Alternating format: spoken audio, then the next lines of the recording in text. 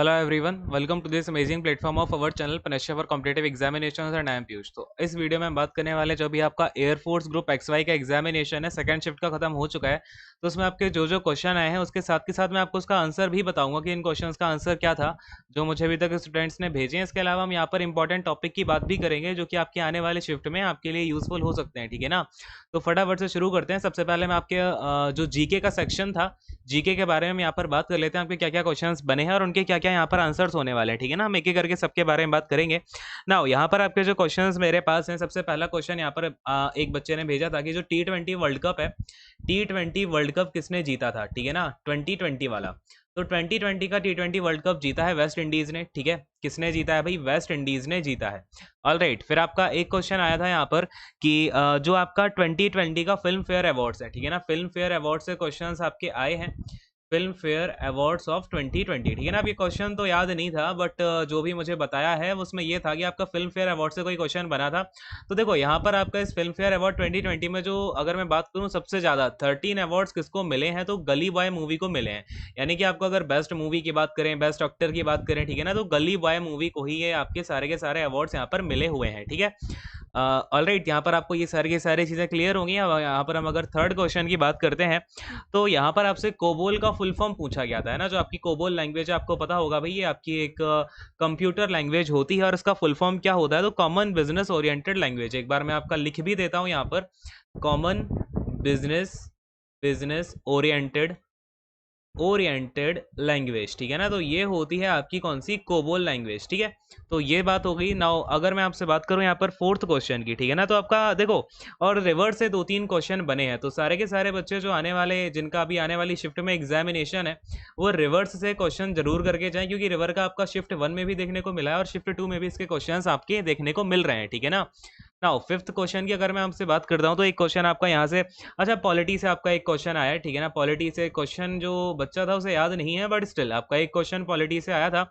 Now एक question आपका बना था, जो बांग्लादेश की पीएम है, इनका नाम क्या है? ठीक है ना, बांग्लादेश के पीएम का नाम। ठीक है, तो इनका नाम क्या है भाई? Sheikh Hasina. Alright, I hope कि सबको ये बात तो पता होगी, शेख हसीना कौन है? बांग्लादेश की पीएम है।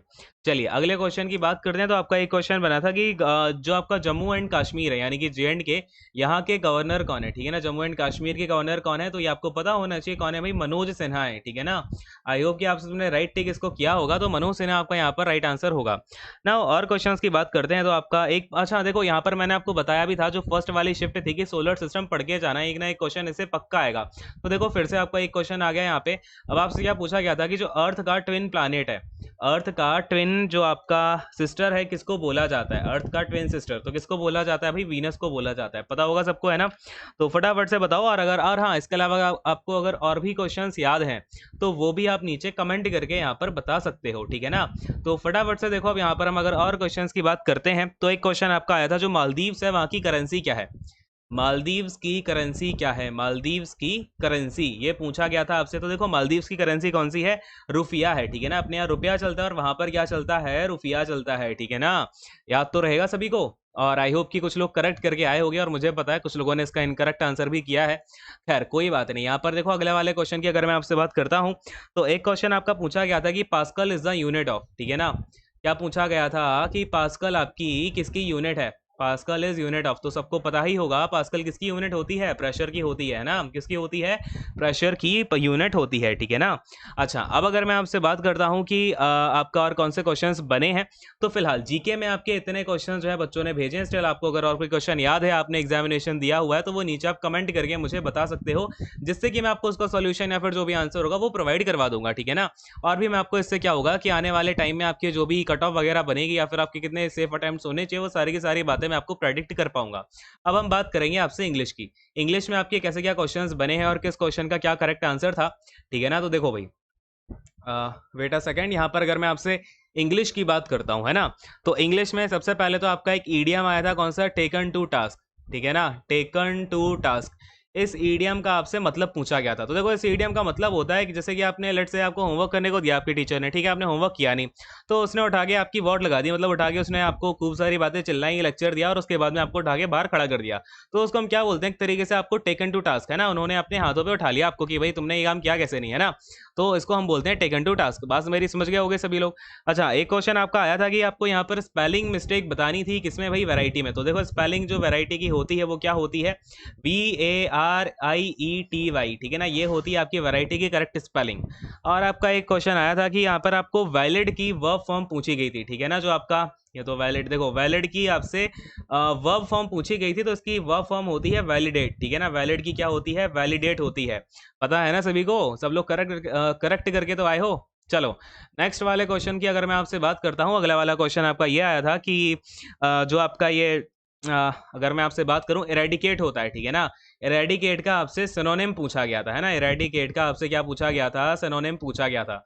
तो सिनोनिम का ऑप्शन तो मुझे नहीं बताए गए, बट स्टिल मैं आपको इसके सारे के सारे सिनोनिम बता देता हूं जो कि आपके पॉसिबल हैं एग्जामिनेशन में आने के। तो देखो एक तो आपका एलिमिनेट होता है, एक आपका रिमूव का मतलब भी आपका इरेडिकेट होता है, देन अगर मैं आपसे बात करूं एक्सटर्मिनेट भी होता है, ठीक है ना, टर्मिनेट, ठीक है। और अगर मैं आपसे बात करूं तो रिमूव, रिमूव तो मैंने बता ही दिया, खैर सप्रेस होता है, ठीक है, और सप्रेस भी आपका क्या होता है, इरेडिकेट करने को ही हम बोल रहे होते हैं, ठीक है ना। तो क्लियर है मेरी बात यहाँ पर आपको। चलिए आपका फिर एक आया था एंटोनिम में, कौन सा, डेलिकेट का एंटोनिम पूछ लिया, ठीक है भाई, कुछ गलत बात है क्या यार, डेलिकेट तो सबको पता ही होगा। अगर मैं बोलूँ हार्श, हार्श हो जाएगा इसका आपका एंटोनिम, ठीक है ना, क्या पूछा है यहाँ पर, एंटोनिम पूछा है। तो हार्श हो जाएगा आपका, हार्ड हो जाएगा, ठीक है ना, कोई भी चीज़ आपकी सख्त हो तो उसको हम क्या बोल देंगे भाई, वो डेलिकेट का अपोजिट हो जाएगी, ठीक है ना। चलो और क्वेश्चंस की अगर मैं आपसे बात करता हूँ, तो एक क्वेश्चन आपका ये आया था कि हैज़ बीन के बाद में, हैज़ बीन के बाद में स्टिंग जो आपकी वर्ब है इसकी कौन सी फॉर्म आएगी, है ना, इसकी V3 फॉर्म आपको बेसिकली बतानी थी। तो देखो स्टिंग की सेकंड फॉर्म होती है स्टंग, और थर्ड फॉर्म भी क्या होती है इसकी, स्टंग, यानी कि स्टिंग स्टंग स्टंग, ठीक है ना। तो स्टंग आपकी यहाँ पर थर्ड फॉर्म हो जाएगी, ठीक है। अच्छा अगर मैं आपसे बात करूँ पैसेज की, तो पैसेज का आपका वही फॉर्मेट चल रहा है, पैसेज के आपके चार चार क्वेश्चंस बन रहे थे, तो वही आपके अभी भी बन रहे हैं, ठीक है। क्लियर है मेरी बातें। कुछ डाउट अगर आपको आता है, कोई बात समझ में नहीं आ रही है, तो नीचे आप कमेंट करके भी बता सकते हो, ऑलराइट। अच्छा अब अगर हम बात करते हैं तो आपका एरर से क्वेश्चन आए थे, ठीक है ना, एरर से भी आपके क्वेश्चंस बने थे।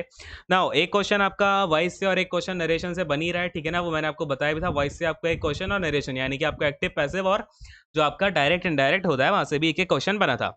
अच्छा एक क्वेश्चन आपका ऐसा भी बना था, कुछ अब मुझे समझ नहीं आया, बच्चे ने भेजा क्या है, जेलस ऑफ करके, ठीक है ना। तो मुझे एक बार बताना जिनका एग्जाम हो गया है, जेलस के बाद शायद आई थिंक यहाँ पर आपको प्रेपोजिशन पूछी थी बीच में, तो यहाँ पर आपका ऑफ आएगा, ठीक है। तो ये चीज़ है। तो फिलहाल आपका ये तो हो गया इंग्लिश और जीके का सेक्शन। इसके अलावा अगर मैं आपसे बात करूं मैथमेटिक्स में, तो मैथमेटिक्स के वही टॉपिक हैं जो मैंने आपको शिफ्ट वन में आपको प्रेडिक्ट किए थे ना कि ये क्वेश्चंस आपको करके जाने इन टॉपिक से, तो वही क्वेश्चन आई डोंट थिंक कि मैं आपको यहाँ पर रिपीट करके बताऊंगा, तो आई थिंक आपका टाइम बर्बाद ही होगा। जाकर के एक बार जो मैंने शिफ्ट वन का एनालिसिस कराया, आप जाकर के चैनल पे देखना, तो शिफ्ट वन वाला एनालिसिस की वीडियो पड़ी होगी, उसमें आप जैसे ही आगे जाओगे ना क्वेश्चंस के बाद, मैंने आपको कुछ टॉपिक्स प्रेडिक्ट किए हैं कि भाई इन टॉपिक्स को करके जाना सभी लोग, यहाँ से आपके क्वेश्चंस फंसेंगे और डिट्टो वहीं से आपके क्वेश्चंस देखने को मिले, और आपको आगे भी आपको आने वाली जो शिफ्ट है तो वहां भी आपको यही क्वेश्चंस देखने को मिलेंगे, ठीक है ना। तो वो आप एक बार जाकर के फटाफट से देख लो कौन कौन से टॉपिक्स हैं, वहां से आपको आइडिया पता चल जाएगा कि मुझे क्या रिवाइज करना है, क्या रिवाइज नहीं करना है, कैसी क्या चीजें हैं, ठीक है ना। तो ये सारी की सारी चीजें हैं। और खैर अगर आपको और कोई क्वेश्चन याद होता है नीचे कमेंट जरूर कर देना, ठीक है। और फिर सेशन को, अगर सेशन अच्छा लगा हो तो सेशन को लाइक करें एंड शेयर करें, ठीक है ना। चलो खैर थैंक यू सो मच, यहीं पर मैं सेशन को एंड करूंगा। Bye bye.